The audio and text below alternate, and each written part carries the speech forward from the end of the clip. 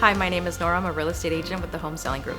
Some of the benefits of investing in real estate as a first-time home buyer or an investor are the potential to create steady cash flow with rental properties, being able to see your home appreciate in value over a certain period of time, tax benefits, and also being able to diversify your personal portfolio.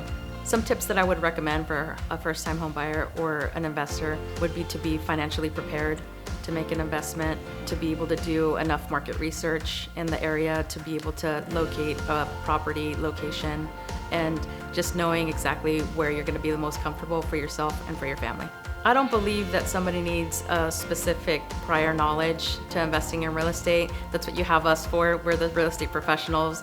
We guide you every step of the way so you never feel lost. We guide you in the right market. We help you negotiate deals, so there's never any guessing work for you.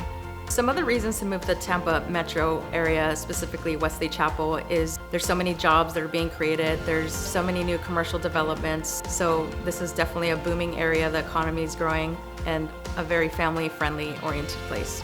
A great way to reach us is to visit our website at hsgfl.io. We have a great website where you can personalize your search in different areas in the whole Tampa Metro area. You could also text us or call us at 813-609-0966.